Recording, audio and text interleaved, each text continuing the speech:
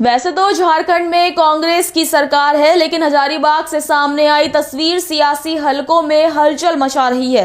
कांग्रेस के ही दो वरिष्ठ नेताओं ने अपनी सरकार पर भरोसा ना होने की बात कहकर बड़ा सवाल खड़ा कर दिया है।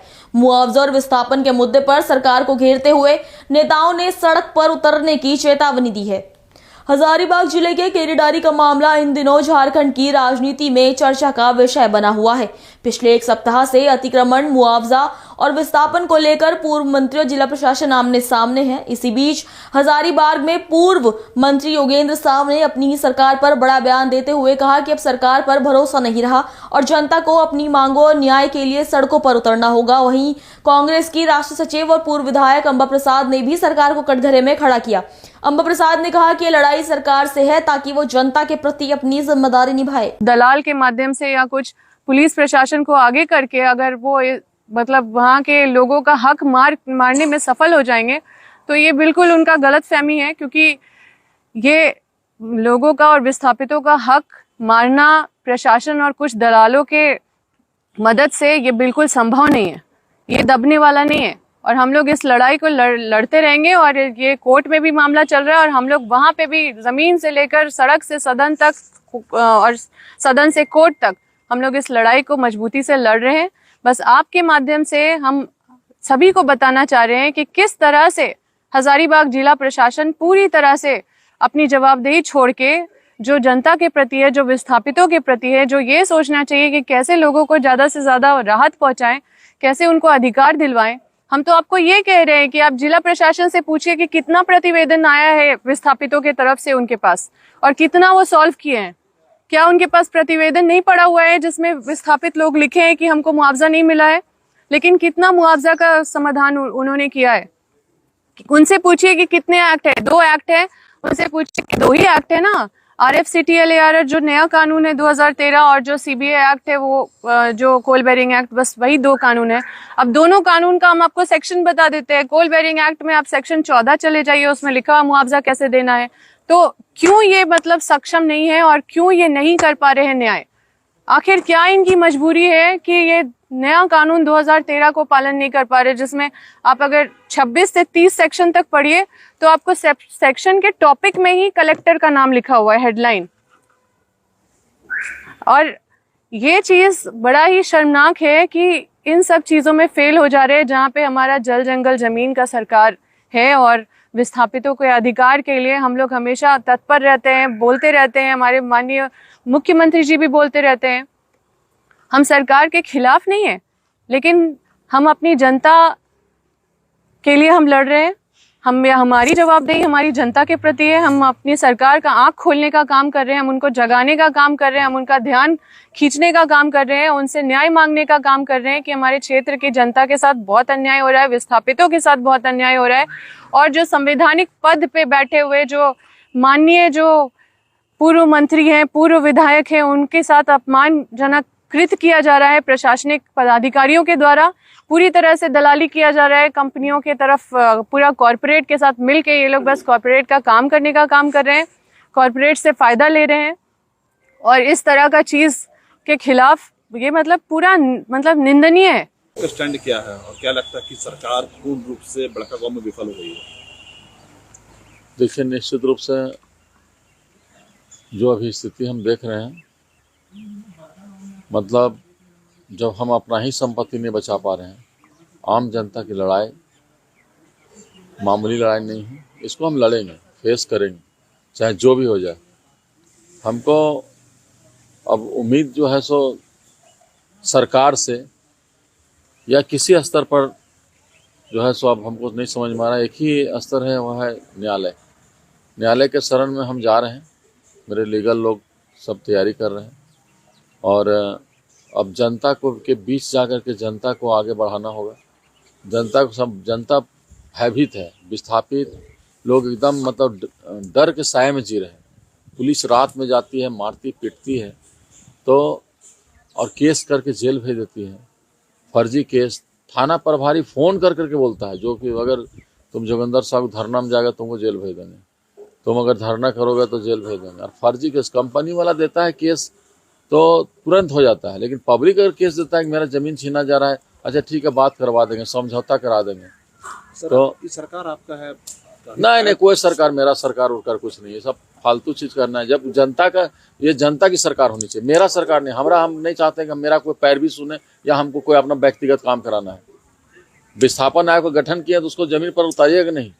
आपने अभी जो है ये क्या बोल रहे हैं, जब जो लागू हुआ पेशा कानून लागू हुआ, तुरंत देखिए आ गया। विस्थापन आयोग का पहले घोषणा किए थे, लेकिन विस्थापन आयोग को क्यों नहीं कर रहे हैं? क्या कारपोरेट लोग से आपका मतलब अथी है? क्या लगता है कि जनता के साथ सरकार छल करने का काम कर रही है? एकदम छल हो रहा है। कारपोरेट ब्यूरोक्रेट मिल चुका है और जनता का कल्याण, अब जनता को सड़क पर आना होगा। बिरसा मुंडा और विश्व गुरु शिबू सोरेन, विनोद बिहारी महतो के विचारधारा को आगे बढ़ाने के लिए फिर से तीर कमान उठाना पड़ेगा, तभी बचेगा क्षेत्र। जल जंगल जमीन तो समाप्त हो रहा है। अब देख रहे हैं स्थिति क्या है। सो अब एक थाना प्रभारी का इस तरह रवैया रहा है, एसपी का रवैया। आखिर एसपी थाना पर कौन सा दे रहा है? एसपी दे रहा है। एसपी को कौन सा दे रहा है? हर का स्टेज अपना अपना बना हुआ है। तो इस चलते देखिए आंदोलन निश्चित रूप से करेंगे। प्रदूषण का मामला आप देखे होंगे, AQI यहाँ पर 400-500 पार हो रहा है। पकड़ी बरवाडी हो, चट्टी बरियात हो, केरेराड़ी माइंस हो, ये सबसे हम लोग घर में रहना मुश्किल हो गया है। हम लोग वहाँ जाते हैं तो काला होकर के आता है।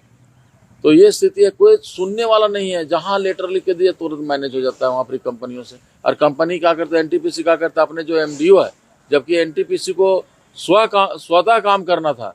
इसको कहीं भी जो लीज माइनिंग मिला हुआ है तो उसमें इसको अपने काम करने को मिला हुआ है, लेकिन इस सब कॉन्ट्रैक्ट पर सब कॉन्ट्रैक्ट करता है, इसलिए कि जो मैनेजमेंट है उसको देखेगा कौन, पैसा कहाँ से आएगा।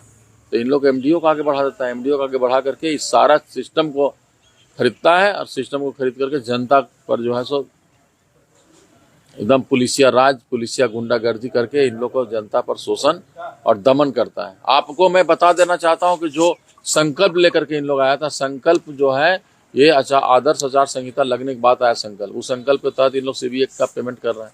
ये तो गलत है। हाईकोर्ट मैंने रिट किया है, उस पर उसको चैलेंज किया है। हमको लगता है उस पर जीत हमारी होगी। तो इस चलते एकदम देखिए यहाँ कोयला का लूट मचा हुआ है, यहाँ पर बालू का लूट मचा हुआ है।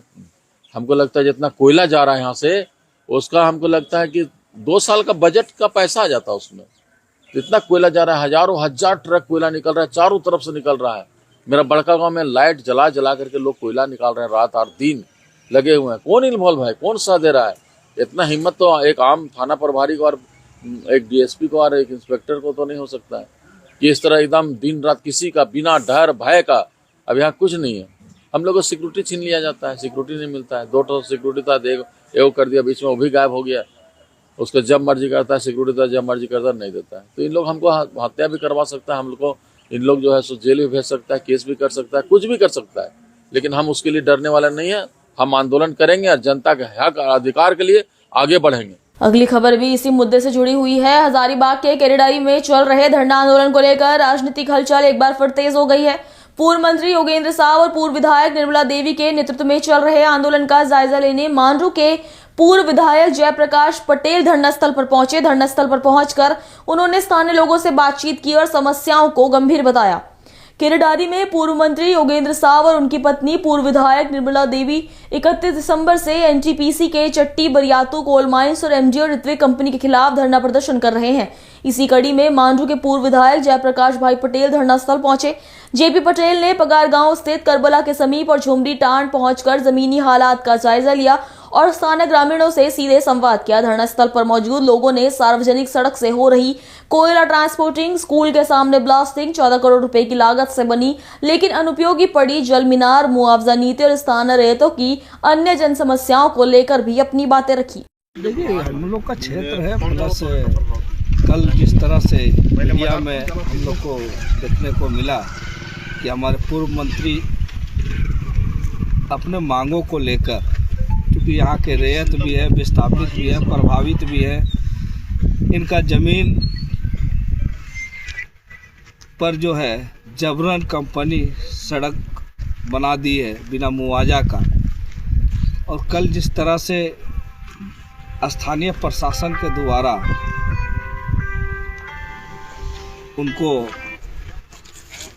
पकड़ा गया, एक चुने हुए जनप्रतिनिधि रहे, पूर्व मंत्री रहे, जिस तरह से व्यवहार हुआ है, तो तो इस चीज़ को हमने संज्ञान में लिया। आज हम यहाँ पर आए, लोग बता रहे हैं कि बहुत सारी समस्या है। कंपनी बिना यहाँ पर क्या बोलते हैं, न ठीक से मुआवजा मिल रहा है किसी को, न ठीक से रोज़गार दे पा रही है डी जो उनके एनटीपीसी में जो डीएमओ कंपनी जो उनके एमडीए जो सबलेट जो कंपनी यहाँ काम कर रही है, आउटसोर्सिंग कंपनियाँ, और लगातार जो है निरंकुश होके एक तरह से बोल सकते हैं कि यहाँ के स्थानीय लोगों का शोषण कर रही है।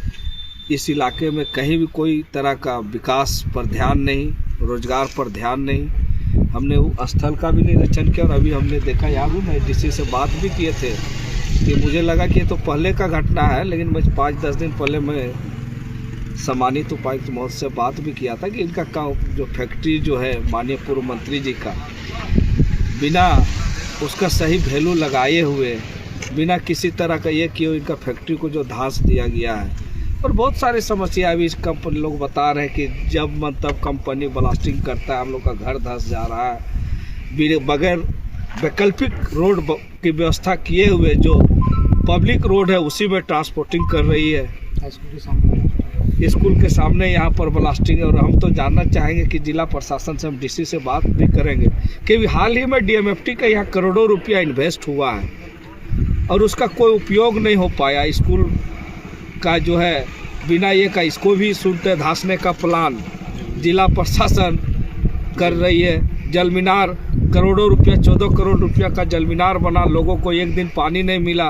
तो ये सारी समस्या है। इस चीज़ों को मैं स्थानीय उपायुक्त और राज्य सरकार से हम इस सारी चीज़ों को बात करें तो देखें क्या कहते हैं इसमें सभी लोगों से। इसीलिए मैं अपील करूँगी कोई तरह का बात हो तो हमसे भी संपर्क करें, क्योंकि हम लोग इस इलाके के, ऐसा नहीं है कि इलाका हम लोग का नेतृत्व करने का जो है सब लोग मिल के नेतृत्व करें और सारी चीज़ों को स्थानीय जो जन समस्या है, व्यक्तिगत समस्या से हटके जो जन समस्या है, जो लोगों के हित में, उन चीज़ों को लेकर हम लोग प्रबंधन से बात रखें, अपनी मांग को रखें, जिला प्रशासन से बात रखें, राज्य सरकार से बात करें। नहीं तो फिर चरणबद्ध आंदोलन हम लोग करेंगे। हमारा ज़मीन जाएगा, हमारा सब चीज़ जाएगा, बाहर की कंपनियां हमारा शोषण करेगी, बर्दाश्त करने लायक नहीं है। कि आज तक किसी तरह का लोगों ने संपर्क नहीं किया। मैं इसीलिए लोकसभा चुनाव के समय मैंने हर जगह घूर के कहा कि एनटीपीसी चाहे कई तरह की कंपनियां यहाँ पर है, भारत एनटीपीसी किसका, भारत सरकार का उपक्रम है और उसमें जितने आउटसोर्सिंग कंपनियां काम कर रही, लोगों का शोषण कर रही है, फिर भी जनता है भारतीय जनता पार्टी को वोट दे रही है। तो भैया जनता को भी समझना होगा कि हम वैसे जनप्रतिनिधि और वैसे दल को नहीं चुने जिसके द्वारा हमारा शोषण हो रहा है।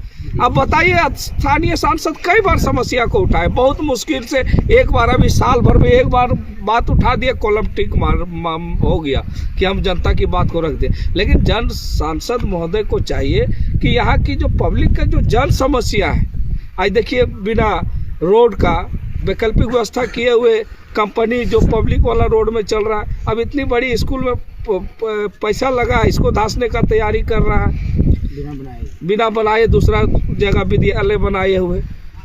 अभी जो केरेडारी से जो बहुत सारे लोग अभी आए कि बहुत ऐसी आउटसोर्सिंग कंपनियां हैं जो उचित उनको ठीक से मुआवजा नहीं मिल रहा है, ठीक से उनको जो खटाया जा रहा है उसका प्रत्येक दिन का जो मिलना चाहिए वो ठीक से नहीं मिल पा रहा है, महीना ठीक से नहीं मिल पा रहा। इन चीज़ों को लेकर हम लोग बात रखेंगे। और रही बात, हम लोग सरकार में है, हम लोग अपने प्रभारी सब प्रभारी को भी हम लोग अवगत कराएंगे यहाँ की समस्या को कि राज्य में ठीक है भारत सरकार की ये उपक्रम है, लेकिन राज्य सरकार तो मेरी है, स्थानीय प्रशासन मेरा है। और स्थानीय प्रशासन अगर स्थानीय लोगों को मदद नहीं करे तो ये तो ठीक नहीं। इन चीज़ों को भी हम आगे बात को रखेंगे। अगली खबर